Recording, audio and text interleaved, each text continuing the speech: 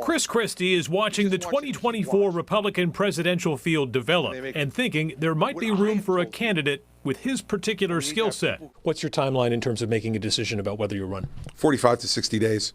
You know, I think by the end of spring here, you got to make a decision about what you're doing or not, and I will. What I think there's room for is people who are willing to tell the people of New Hampshire the truth. I think that all too often in the last 8 years, truth on both sides of the aisle has become negotiable. Like, whatever truth you want to hear is the truth that you do hear. I think we need to have candidates, again, who are just going to tell the American people what they need to hear. Christie believes the Republican Party needs to move on from former President Donald Trump. He said last week he was going to be indicted last week. And it turned out he wasn't. What did he do it for? To raise $2 million to say he needed their help because he was going to be indicted immediately.